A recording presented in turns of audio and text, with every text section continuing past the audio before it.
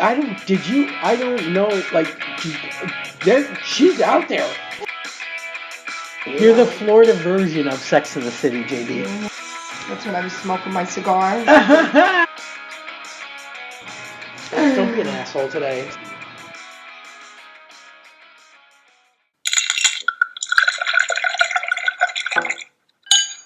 So are you drinking this evening? I am drinking in honor of Jessi going to New Orleans tonight. She's leaving after the show for a festival. I'm drinking Bayou Spiced Rum, Nice. which is made in Louisiana. It's made in a copper pot still, and I mixed it with Coke. You know how I usually mix things with weird things? It's just Rum pretty and Coke. straightforward, isn't it? Well, I am drinking a Thatcher Cloudy apple cider, 5% alcohol, so it's a little strong. Oh, nice. But That I'm sounds topping very it off cool. with a little spicy fireball There because you we have go. a spicy entertainer. There's more fireworks. Yes, I'm apologizing. you need now. a little cinnamon on that apple pie that you're having. Yeah, exactly. Let's try it. And Jessi is also Cuban, so the rum from Louisiana was perfect for tonight. Oh, excellent. Perfect. Let's All right. Let's admit Jessi Campo. Hi. Hello, ladies. How are we? Hello there. Doing So good. happy to have you on today, Jessi. How are you? I'm doing great. Thank you so much for having me here. It is truly an honor and a pleasure to be amongst the women of podcasts. Are you packed and ready to go? I just let everyone know that you're leaving for New Orleans for a show in New Orleans. Right Yes, after the show. absolutely. Yes, I am packed. I mean, it's still CDs got to be put in there and a couple of little things, but as soon as I check off my to-do list, I think we'll be good and the stress will be gone. Jessi, this is Denise. Nice to meet you. It's a pleasure to meet you. I've heard so much about you. Awesome. I wanted to say that tonight I'm drinking spiced rum from the Bayou in Louisiana in honor of you being on the show, because you're a spicy Cuban. Yeah. So the rum, and then Louisiana, because you're leaving for New Orleans tonight. I love it. I'll have to find out more about that rum. And what are you drinking, Denise? I had a hard apple cider, and I topped it off with a spicy fireball. So we got apples and cinnamon. Nice. You ladies are being spicy with your drinks. I'll be spicy with my music. How's that? That's what we were hoping for. It was a theme. If I weren't getting on a flight, but maybe on the plane, I'll have to honor you and ask the stewardess for something spicy. Well, you are going to the land of spicy, so you got Cajun food, and yeah, you'll be. So would you have a show there then? Yes. So we have a festival. It's called Henry Turner's Day presents a taste of the deep South. Okay. And the deep South. And so I'll be performing on Saturday at 6 p.m. And then they have a kickoff party on Thursday. So tomorrow is the kickoff party tomorrow night at the Listening Room, which is a great venue for songwriters and original music. It is just a wonderful, wonderful venue right there in Baton Rouge. So that is a really, really great place for music and for songwriters to express themselves and be able to do their original music. Oh, nice. Oh, for sure. Fantastic. For sure. And I got to play on some of those stages with you when I was there just before the pandemic. We went in 2020 it was. Yeah. No, 2019. And then 2020, everything happened with the pandemic. But I wanted to congratulate you on the awards that your music video is winning. Istanbul Film Festival and also the Eastern European International Film Festival. Yes. Wow. How exciting is that? You know what? Like I sent you a text, I think, last night telling you sometimes we just we need to trust, and we should trust our team, because they have an insight to us as artists that sometimes, we're looking at it, and they're looking from the outside in. And my producer, Pavano Ortiz, has said to me, let's make this cinematic. I know you like your vintage and you like, your very Latin targeted kind of videos, but he said, let's make this cinematic. Let's go another total direction. Let's make it new. Let's make it fresh. And he was right. I mean, we've done 5 music videos together. They're all on YouTube, on Jessi Campo Music. But doing this really stepped up the game, and actually, obviously the recognition we're getting is proof that he was right. And I keep telling him. Yeah, you have to tell the story with music, but I have to ask you, I watched the video many times. I love the vibe of the Miami feel, I feel there's a little vintage feel to that anyway, with the clothes everyone's wearing and just the vibe of it. But did he cheat on her, or was it just that he was partnered with the girl? You need to know the story. I need to know. You got it right. It's the second half. The girlfriend thought that the club owner, because he's the club owner, and the girlfriend thought, the blonde girl thought that he was cheating on her, but actually they were in cahoots to cheat the guy that came to play poker. See, I got that part, and they high-fived in the elevator. So I'm like, but were they going up to a room, or were they just going home? Right. So you don't know. And then the girlfriend's mad at him when he gets home. So he leaves anyway. So I didn't know. And I know I think it's kind of cool that it's kind of left to your discretion, right? Or is it more like they were just partners in crime and nothing beyond that? Well, he left. I don't know where he went after he left, but you kind of leave it up in the air to your imagination.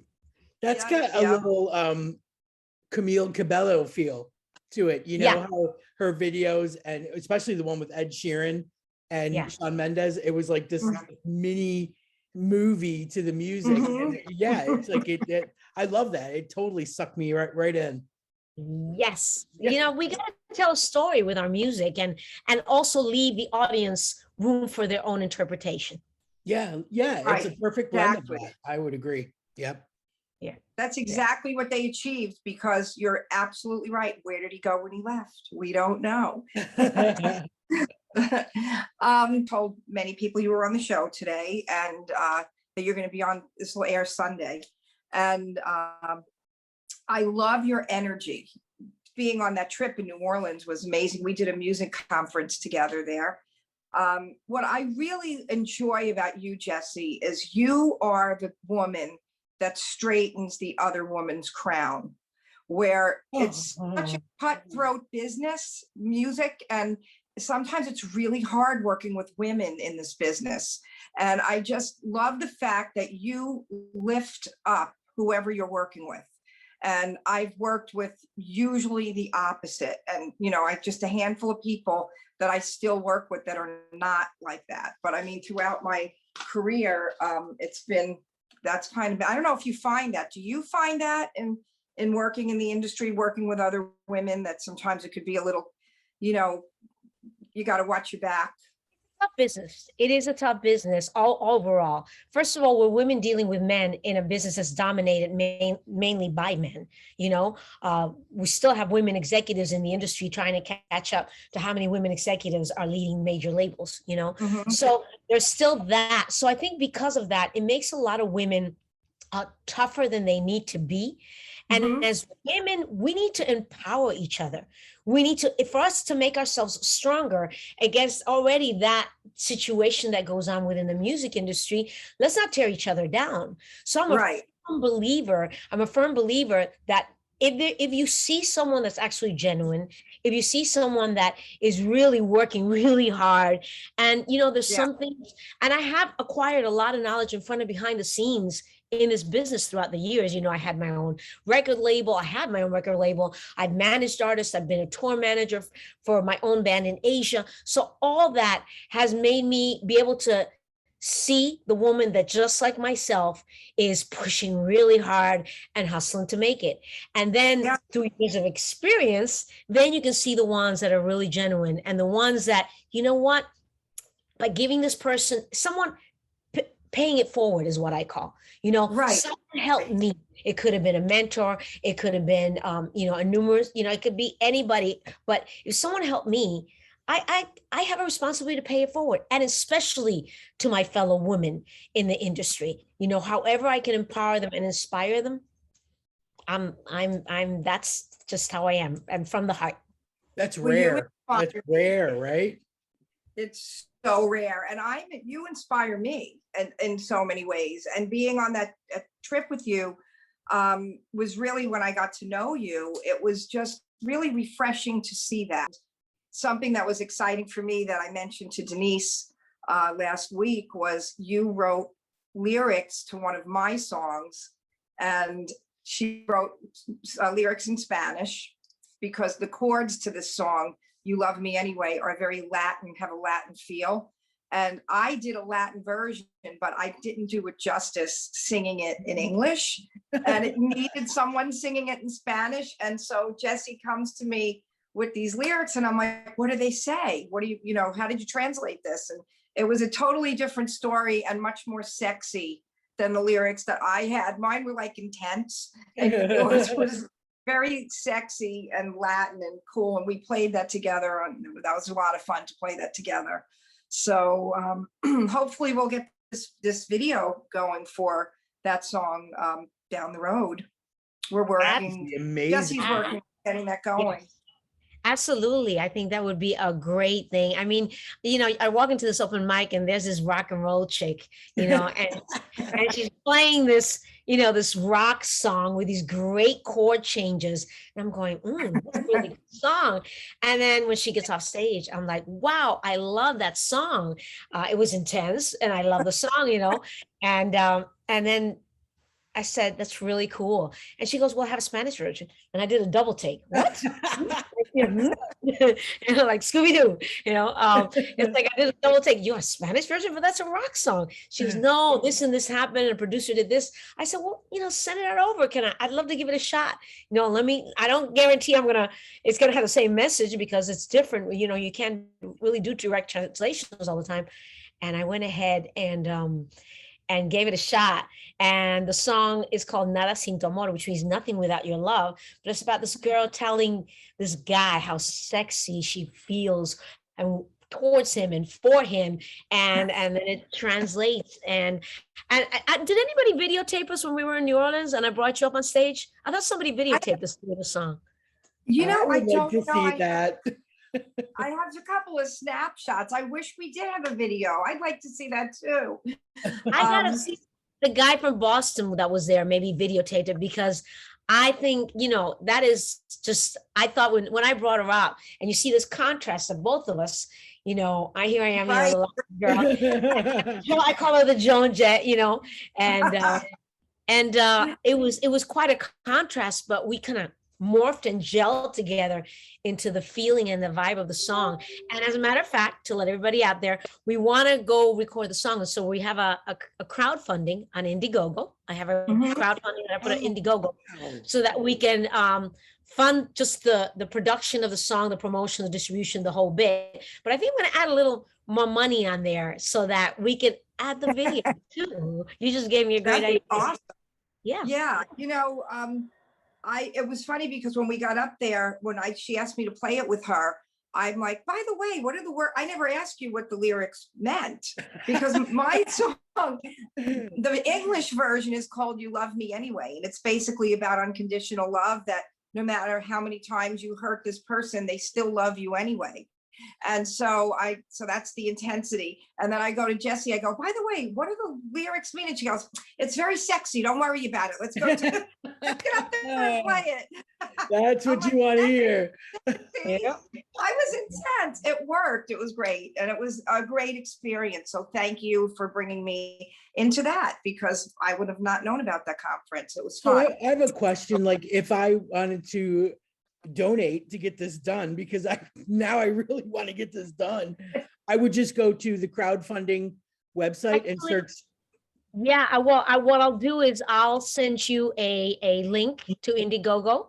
Yeah. And it's actually, I think I'm not mistaken, the title of the Indiegogo crowdfunding is recording for a Spanish sexy song. I think that's the Yes. actual title. If you Google Indiegogo recording for a Spanish sexy song, Okay, it perfect. should pop right up, but I'll send you the link and you guys can put it on your social media, and that way Yes.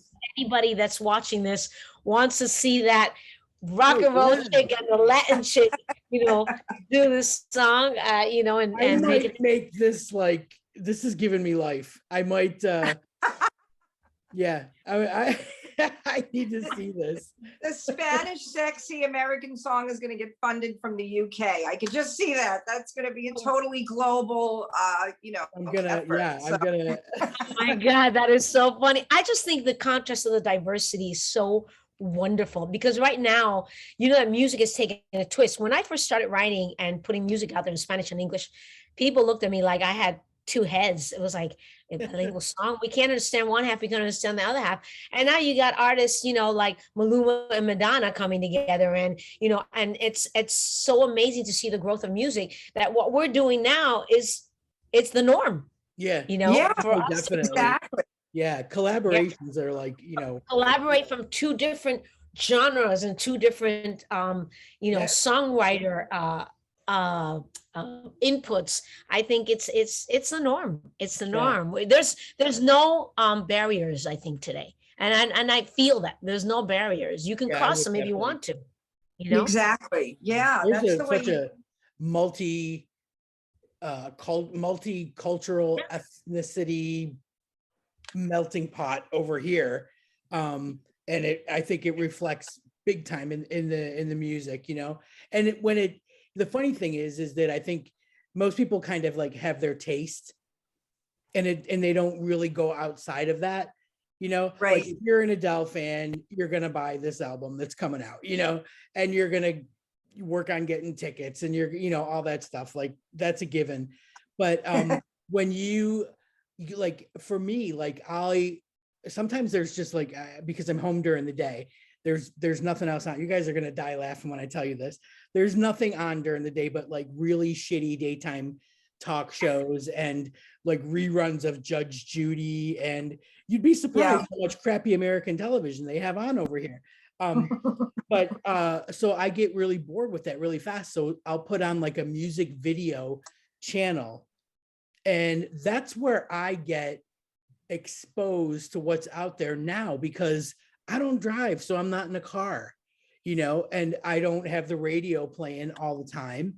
And so that's when I find something new, and I find that the things that I'm seeing for the first time, like I'm totally digging those kind of mixes, like those collaborate Ed Sheeran and Camille Cabello, it's like, what?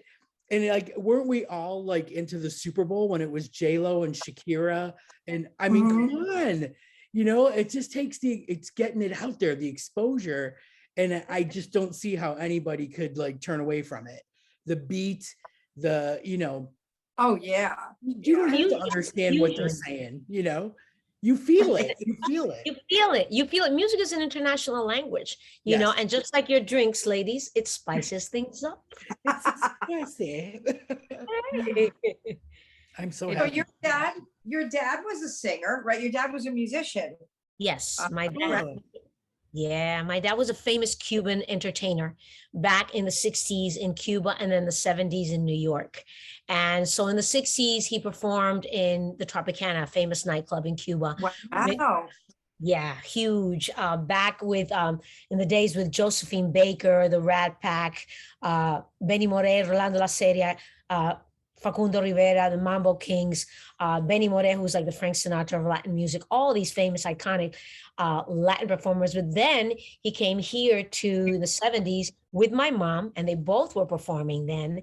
And yeah, he was like, mulatto, tiny little guy, and my mom was like Marilyn Monroe, blonde and beautiful.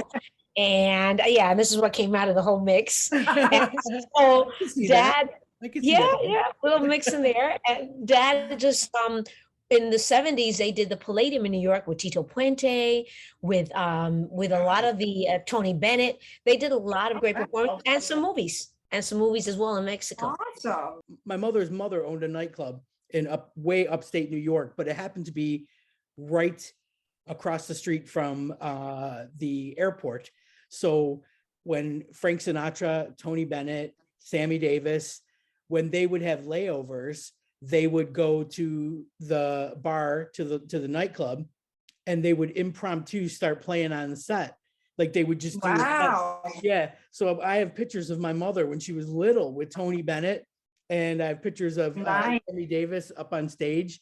Yeah, it's like, isn't that like the cool, like when you know that that history, you know, with your, like, that's what I don't get. Like kids today, like instead of spending time with their grandparents and asking questions and understanding, you know, they're immediately on ancestor.com and they're, you know, trying to figure it out. Right. Just go talk to your grandparents. You know? Wow, what a great point. Go talk to like that. somebody. Yeah. Yeah. Oh, Because I love that kind of thing. I love that kind of family history talk. Like that's my favorite. What year, Denise, did Oh God, this had to be in the early to mid 50s. okay, that wasn't here yet. Yeah. Or else I Yeah. could have said he probably went into the club. Well, my mom, Imagine. I'm thinking my mom has just turned 75 and she was like probably 10, 12 years old, you know, and that's what with the pictures with Tony Bennett and my aunt. I mean, everybody's got a picture with Tony Bennett. But yeah, so we've had the restaurant and nightclubs, but it was in my family since way back then up until just like last year. I think they finally sold it. It was just too much work. But it's, you know, the people that pass through there, it's incredible. Just like a chunk of history. And that's the kind of stuff that I love, sitting around the table with you know, Italian antipasta in the center and everybody's digging in and talking about the old days. Exactly. Love that. Oh, those are the best stories. Well, maybe they'll pass the baton on to you, and now you get to open one in London. Wouldn't that be fantastic? It's Wouldn't it- almost like your dad was like Ricky Ricardo, and is your mom is your mom Cuban as well? No, my mom's chili, so I'm a chili Cuban. Oh, you're a chili spicy Cuban. I was just gonna say that there's the spice right there. Cuban, Yeah. Chilean, yeah. Oh my God. Yeah, born in New York. What else do you want? Your mom being blonde, I thought your mom was American because when my dad came from Sicily, my mom is also blonde and always has been, but she's Italian as well, but she didn't come from Italy. She was born here. So I thought you were kind of the same type of mix, you know, like you were the Latina American, your mom being here, but your mom, I did not know your mom was a performer because I haven't seen anything on Facebook about that. So that's Well, very interesting. I did put in an Instagram post with them dressed in the cabaret and her in the headdress and the whole bit. Oh, I had to wow. repost it and tag you with it. Yeah, no, Yeah, he yeah. saw her in a magazine in Brazil, and he's asked the agent, you know who this lady is? He says, oh, she's in some kind of cabaret review. He flew down to Chile to find her, and when he gets to the Wow. cabaret, she would not go out with him. She didn't drink. She didn't eat. You know, it's like, will you go out and drink? No. You got to eat? I don't drink. I don't eat. And so finally they went out to breakfast or ice cream or something like that. And hey, now the rest is history. How cute is that? Very- That is It's a very pursuing. romantic story, Jessi. That is, yeah, that's the kind of pursuing you like, you know, I'm gonna get on a plane, I'm gonna fly to Chile, I'm gonna figure out who this is. I love that. Yeah, Yeah, that is how it's done. Kudos to him. absolutely. He was a go-getter. And I continue his legacy now. And, as far as the That's music special. and yeah. And I even wrote a song for him while he was still alive. He heard it lots of times. It's called Vivió la Vida, which means he lived his life. Oh, And even if you don't understand Spanish, the song, when you hear the changes, when you get to the bridge, he met my mom. And at the end, it makes you want to cry because then you know what happens at the end. And so it's called Vivió la Vida. And if you get a chance, I was actually going to pull out the guitar, but I was like, it's one of those songs that beautiful. it's sentimental, but it's also full of life. I think I Very will nice. spend most of my day tomorrow at Jessi Campo Music on YouTube. I Thank you. feel like I know what I'm Thank you. doing. There's a Thank lot you. going on there. We just got to 1,000 subscribers. Ooh, A that's 1,000 good. subscribers, yes. And now we have till the end of the year to get 4,000 views. We're 2,000 short. So anybody that wants to play Well, you YouTube, helping with that tomorrow. yeah, you get English too, because I'm a bilingual singer-songwriter. Right. So I sing English, I sing jazz, jazz meets Latin. I also do a little bit of R&B. So it's like blues, my New York blues and jazz lady meets Latin, and it's a mix. And then during the pandemic, we all reinvented ourselves as artists. So was focusing on music for movies and films. And there was a Netflix series called Gentified. If you haven't seen it, it's a comedy. Yes. Okay. Yes. Yes. Yes. Yeah. Okay. Yeah. Yeah. At the beginning of the in the first season, the beginning of the third episode, there's a flashback scene. And all of a sudden you hear my voice and a remake of a classic 1940s Latin song. Shut And up. Cool. yeah, yeah, produced by Nomad, who used to be the musical director for Babyface, go figure. And Very cool. it's really, really cool. Yeah, when I saw it, I was like, oh my God. So you'll hear me go, Tanto tiempo disfrutamos de este amor. And that's a classic Latin tune. And the whole scene, the grandparents are teaching the grandchild how to cook Mexican food. And the song kicks in, and I'm like, ah. So That's exciting. that was yeah. That was the beginning of 2020 for me. Oh, wow. The rest of us I- were hunkered down with the Cheetos and the remote control. And she was living her best life. Yeah, a songwriter's dream is to have something in on TV or anything like that. And then the producer that I had played 6 songs in a movie. He had called me and said, send about 6 songs. I tell the story all the time. And I said, okay, they'll probably pick a quarter of a song. You know how that works, right, JD? A quarter of a song in the movie. And they end up picking all 6 songs, even the instrumental, in this one movie called El Sueño. The movie's in English. It's about the Dream Act, supporting the dreamers, the people that come to the United States from foreign countries. And everything, all 6 songs were in the movie. And the movie is called El Sueño on Amazon Prime. And it's produced by Umberto Castro and Mr. Brian Thompson. There's another fusion, because the Humberto Castro was Latin and Mr. Brian Thompson is totally American, and they decided to create this and direct this film. And Wow. and Did that's you write all 6 songs? You wrote all 6 songs, and some of them I co-wrote, but they were all 6 songs. Yeah, amazing. And so you hear little bits and pieces throughout the movie, and then the one in the very middle where they play the whole song, it's in entirety, when the young man goes back to his country to save his family. You hear it, and it's called Dime, or Dime in English. It's called Dime. And so we go to YouTube, my YouTube channel, Jessi Campo Music. You'll put Dime by Jessi Campo. You'll get to see the trailer before you see the movie. So if you like the trailer, then that's cool. All Oh, right. that's great. What's the name of the movie? the movie is called El El Sueño? Sueño. El El Sueño. Sueño. Yeah, and there's 2 of them. So make sure you get the one by Umberto Castro and Mr. Brian Thompson. Yeah. Very Fantastic. Oh my God. See, it pays to have all these streaming services. Like I was like, Yeah. well, I'm Sure not gonna does. get Apple TV and Netflix. Maybe I'll get rid of Amazon. Maybe I'll get, keep them all, because you never know. Yeah, You never know.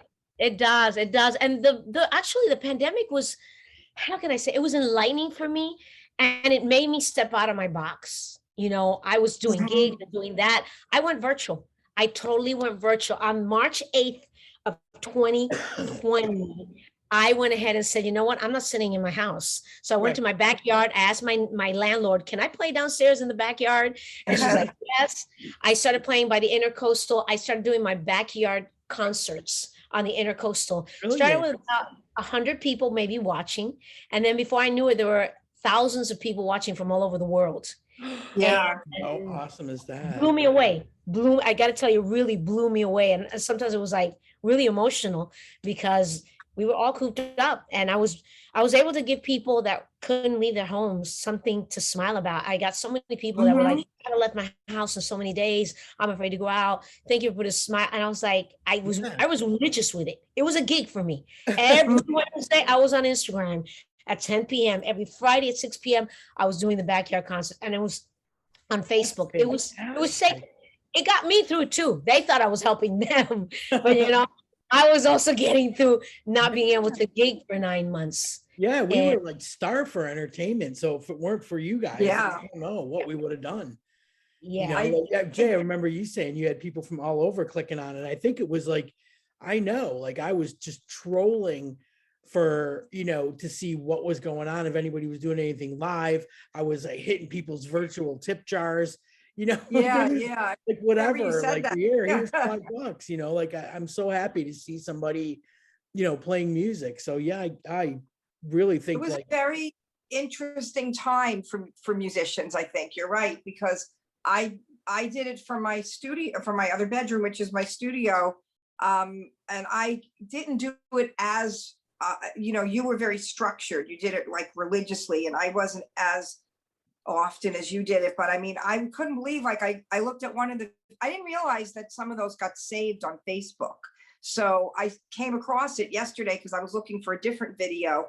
And like at the time, like it was like I was hitting like 200 or 300 people the second time I did it. But what really got me was, like you said, Jessi, from people all over the world. Hello from Scotland, hello from Italy. I'm like, how are these people finding me? It was just crazy. It was really surreal. I mean, you're right. I couldn't believe that I was reaching that many people from the other bedroom in my house. But it was like, I don't know if the same thing would happen now, because people are going out again. But it was a very unique time to get your music out. The social aspect of it now, right? Before it was the isolation and wanting the entertainment. Right. Now it's like, I want the entertainment and I also want the social part of it. I want to be able to see my friends and do this with my friends. And yeah, I would imagine it would be a little bit less, but I still think, there's people like me that I'm not doing it. I'm not going out, and I don't want crowds. I need to get my booster. I just want to get my booster, and then I'll feel safe again. But yeah, I think there's still, a bunch of us that are taking it slow, as I like to call it. I think some things are here to stay. During that time, besides the freebies I was doing, I started doing 4 virtual concerts a year. So I split them up quarterly, and the virtual concerts were paid. I had a spot. Tickets were from $15 to $100, and you could pretty much get a $15 ticket, just watch the show, or get other prices and get additional perks. I'd send you a download, I'd send you something, whatever. And now I do them religiously 4 times a year. So there'll be one coming up. It'll be on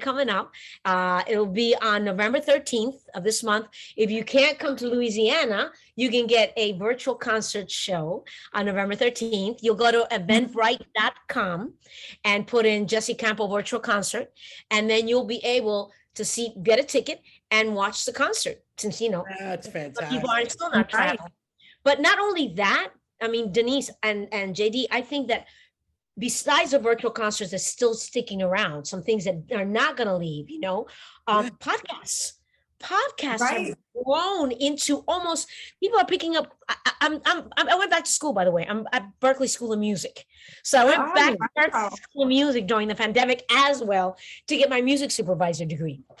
And during that, I found out that podcasts have grown, and people in Netflix are actually, podcasts getting picked up by Netflix. Yes. So you're on your statistic. This is my favorite statistic. There were, what did I tell you, JD? 5 million podcasts in 2018, 2019. From 2020 to 2021, there's now 25 million podcasts. So 20 million people joined the podcast world during the pandemic. And this podcast was born from that, because I was home. I was wanted. When I saw that I reached so many people, so many hundreds of people, just for playing in my bedroom for two times, I wanted to do the podcast, and I called Denise to be a guest. And then before we knew it, we were like, let's co-host it. And Denise, I mean, you had one of the first podcasts ever. Denise had a very successful podcast. When did you start that one? In 2006. 2006, before it was even like a thing. And yeah, right now, we peaked in 2008, 2009. And then we started doing like live events, Pride Fests, Women Fest. We did annual things. So the consistency was the key. You know, we were always going to be in Orlando for Gay Days. We were always going to be in Key West for Women Fest, year after year, like 5 years in a row. And then in 2011 is when I moved over here, and we were doing kind of like this sort of thing, you know, where we were trying Skype and telephone and, you know, trying to make it work, and the timing was off, and, you know, it was really tough. So I gave it a break for a little while. And then I, like you said, I tried to pay it forward and produce other people, you know, produce some new and upcoming podcaster stuff, putting it on our feed for, you know, not really any fee or anything, but, you know, to give them a hand. Because if it weren't for a couple of saviors, you know, that helped us, we wouldn't have been able to do it. But when JD called, it was the right time, like, to jump back in it. So yeah, it was just a timing thing. Perfect. Like, like this is all perfect. This is like, now I want to crowdfund for the video. I want to watch your thing on Amazon. I want to tell people about Eventbrite and your virtual concerts. This is fantastic. And I can't tell you how happy I am to have met you and have you on. And JD's been, like I said, talking about you forever. So now I feel like I'm in the loop now. I'm really excited. Thank you, JD. And anywhere I can support you ladies with the podcast, by all means. As JD knows, I'm a big, you know, as women, we got to stick together. We got to stick together. You know, I don't know if you know, there's a radio station called Women of Substance. Are you familiar with Women of Substance Radio? Yes. And they're a big support for women. I'm letting all the other women out there, all the, you know, up and coming songwriters as well, you know, reach out to stations, like reach out to Denise with her podcast. Don't be shy. You know, these women are here to mentor you if you're just getting into the business. You know, they want to help you. And then also Women of Substance, they reached out to me recently. So they're supporting through the holidays, because I have 2 Christmas songs. One, Silent Night, that I did organically during the pandemic, and very organic, violin, piano, and voice. That was it. Nice. Oh, perfect. And then A Season to Believe, which is one that I wrote, and they're going to be airing on Women of Substance Radio. They're going to be airing the song during the holidays, starting in November, starting now, and they will be doing the organic Spanglish Silent Night. And then they'll also be doing a song that I wrote a couple of years back called A Season to Believe. But I truly believe that song is something we need now. Yeah, I'll say.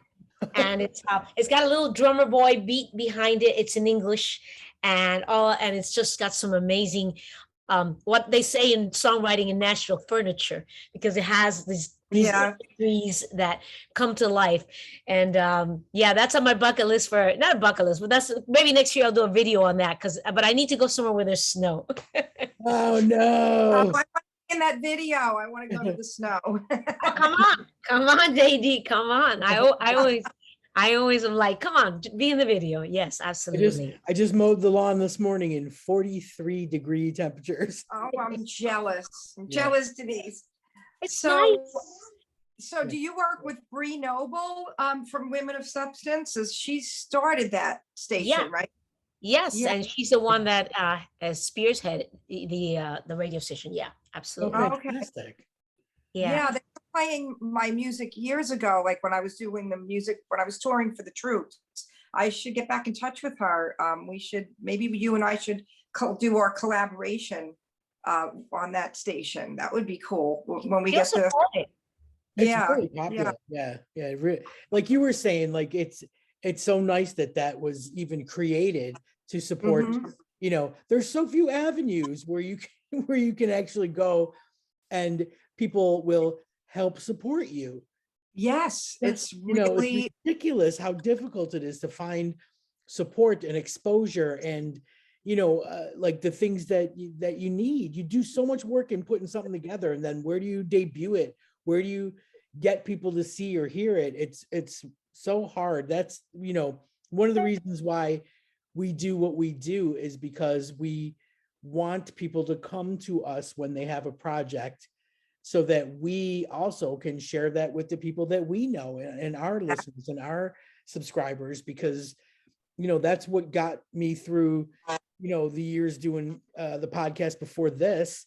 And, I don't care what anybody says, it's a tried and true thing that when you're, Oh, not yeah. only is the person that created something, they have fans and listeners and followers, so you combine them with ours, and then you've got a bigger bunch, and then they share it with somebody they know. And it's just, it's the way, it's the hard way, but it's the way that, we love doing that. We love doing it for small business, for people that have got a web series, for people that are, have an independent film, for people that have just written a book. Like this is the platform, we want them to come through and put us on their list of press. Well, you used to have me on on the Lesbian Lounge. That was the podcast that Denise used to have.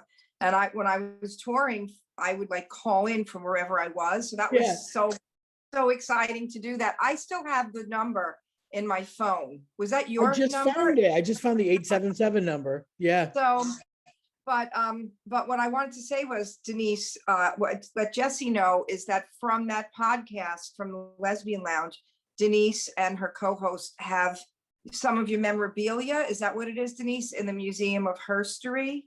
Oh yeah, It's going I'm putting in the together like Museum of Herstory in Philadelphia. Yeah. It's Park Slope, New York, like up, New upstate York. New York. Yeah. They have like That's really cool. they have an actual bricks and mortar herstory, lesbian herstory museum. Obviously the pandemic, they couldn't do the walkthrough tours and whatnot, but they said they get a lot of people that are doing thesis and papers, like college papers on LGBT history and stuff like that. And they will literally take anything that we want to give them. So That's so cool. yeah, we have old show notes, that we had written out, and we had, things from our, like we would brainstorm when we would host events, we would want to give away stuff. So we would have games to give stuff to the winners, but we didn't really know, like what we wanted to do. So we would just go to a Denny's, turn over a menu, grab a pen from the waitress, and start making up games. And we have all those things. And then we have some of the first reports, like we didn't know anything about the business of podcasting because we didn't want to. We just wanted to have fun. And the first time our producer called us and said, you guys have 1 million downloads, was like this, it was just like, oh my God. And so we have that show sheet saved. That's such a cool. milestone. Yeah. Stuff like that we just, we don't know, we didn't know what to do with it. And we really didn't want to throw it away. Like it would have hurt to throw it away. So, I just contacted them and they were like, are you kidding me? Yeah, we want it. We want anything that you have. You were pioneers. I was like, okay, sure. Now I know There was only 10 podcasts that were LGBT based.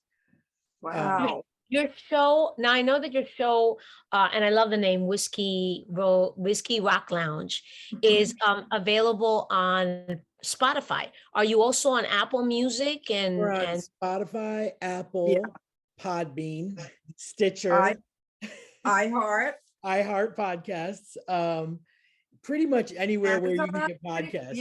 Yeah. Pretty much all podcasts.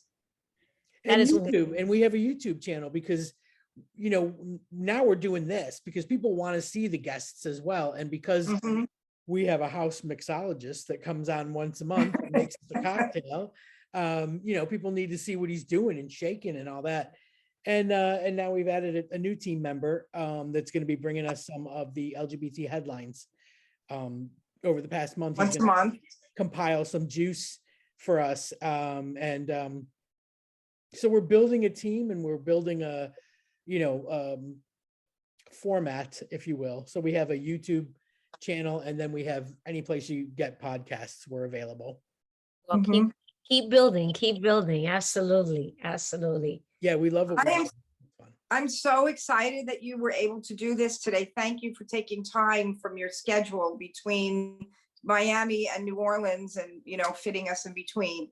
Yes. so And you appreciated. were just in Orlando, and you were in New York before that. So we have to keep up with the Jessi Campo tour, Jessi Campo train. The Latin gypsy. That's awesome. I have a friend who calls me and she goes, "Where are you now? I know you're somewhere, but where are you?" That's fun though. I mean, think about like the last couple of years not being able to do that. Now it's like, oh my God, thank God I can go here, I can go there. It's like, Yeah, and I know it's no small feat because my wife is traveling to Australia, and I can't even tell you the hoops that she's had to jump through. So it's like testing and testing 2 days before, and then when you land, and then quarantining and all this other stuff. So yeah, it's crazy. Thank God the United States is a little bit less, but still, if you want to travel out anywhere overseas, yeah, it gets very ridiculous. You complicated. hear me But explaining to my parents what they have to do in order to come here for Christmas. Like, are you listening to me, Mom? Mom, are you listening? You got to get the test with the thing. You got to get that 2 days before you fly. I tell her this every phone call. They're coming in December. So I figured if I start now, She might have the thing by the time she she leaves. might understand what she has to do. So thank you so much. Thank you, JD, for thinking of me, and that sexy Spanish song that we're getting ready to put out in 2022. I'm excited. With a video, hopefully. And Denise, thank you for exposing me to your listeners in London and all over the world. And I wish you much success, both of you, in this wonderful endeavor. I think what you're doing is amazing, and I will spread the word. Always tag me whenever you're having a show, and I'll definitely share it. Thank you. We'll be sending this out on Sunday, so everybody will get to know Jessi Campo on Sunday. That's like yes. It's like I feel like it's our Super Bowl. Right. Fantastic. Safe travels, Safe Jessi. travels. Have a wonderful show. Thank you again so much for doing this. Thank you. Love you both. Thank you from the bottom of my heart. He drank way too much whiskey. It's like never stop chasing your dreams.